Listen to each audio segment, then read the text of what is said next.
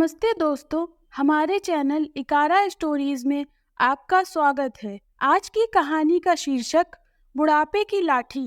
लाला जी बहुत अल्हड़ स्वभाव के व्यक्ति थे। बड़े बड़े सेठों के यहाँ उनका एक अपना अलग ही स्थान था। व्यापार के सिलसिले में उन्हें नगर से बाहर भी जाना पड़ता था। उनका बाहर आना जाना लगा ही रहता था। इस तरह उनकी आय भी अच्छी हो जाती थी। भांग मदिरा के सेवन को नित्य करने के बाद भी उनके पास काफी अच्छी जमा पूंजी इकट्ठी हो जाती। इतनी सब सुख सुविधा होने पर भी लाला जी को एक दुख सदैव सताता रहता था कि उनके कोई संतान नहीं थी। उनके घर में वह और उनकी पत्नी ललाइन ही रहते थे। लाला जी बहुत धनवान व्यक्ति हैं। यह बात उस नगर के चोरों को भी पता थी। एक बार रात के समय कुछ चोर ताक लगाकर लाला जी के घर में घुस आए। चोरों ने लाला जी के घर से बहुत सी मूल्यवान वस्तुओं को इकट्ठा किया और उन्हें एक बोरे में भर लिया। जब वह उनकी जमा पूंजी को ढूंढने के लिए उनके बक्सों को खोलने का प्रयास कर रहे थे तो खड़खड़ाहट सुनकर लाला जी की आंख खुल गई।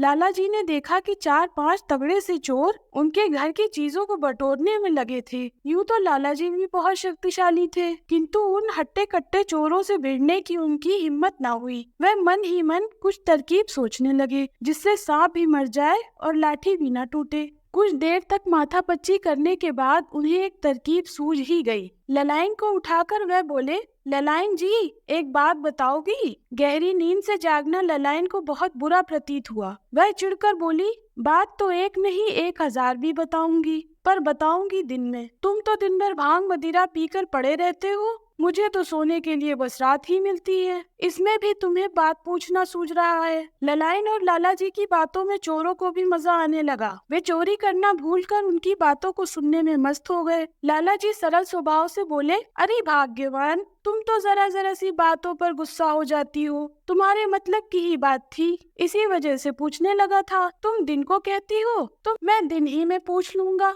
अपने मतलब की बात को सुनना भला कौन नहीं पसंद करेगा। ललाइन बोली, अब अगर तुमने मुझे उठा ही दिया है तो जो पूछना चाहते हो वह पूछ ही लो। क्या पूछना चाह रहे हो? इस पर लाला जी मुस्कुराते हुए बोले, यह बताओ, अगर तुम्हारे घर एक साथ 4 बेटे जन्म ले तो तुम उनका नाम क्या रखोगी? हे भगवान, हे मेरे ईश्वर। ललाइन अपना माथा पीटते हुए बोली, मैंने कितनी बार कहा है कि इस भांग मदिरा को इतना मत पिया करो जो तुम्हें अपने शरीर की सुध ना रहे और तुम अनाप शनाप बकने लगो। भांग व मदिरा के नशे में नहीं, मैं तो अपने पूरे होशो आवास में हूँ और सोच समझकर ही पूछ रहा हूँ। लो, अगर तुम नहीं बताती तो मैं ही बता देता हूँ। मैं उनके नाम रखूंगा रमेश, सुरेश, नरेश, मुकेश। तुम्हारा दिमाग तो खराब नहीं हो गया? चिढ़कर ललाइन बोली, जब मैं खाना खाने बैठूंगा और लड़के खेलने के लिए गए होंगे तो उन्हें आवाज लगाया करूंगा, अरे ओ सुरेश, जल्दी आ, अपने साथ रमेश, नरेश, मुकेश को भी लेते आना।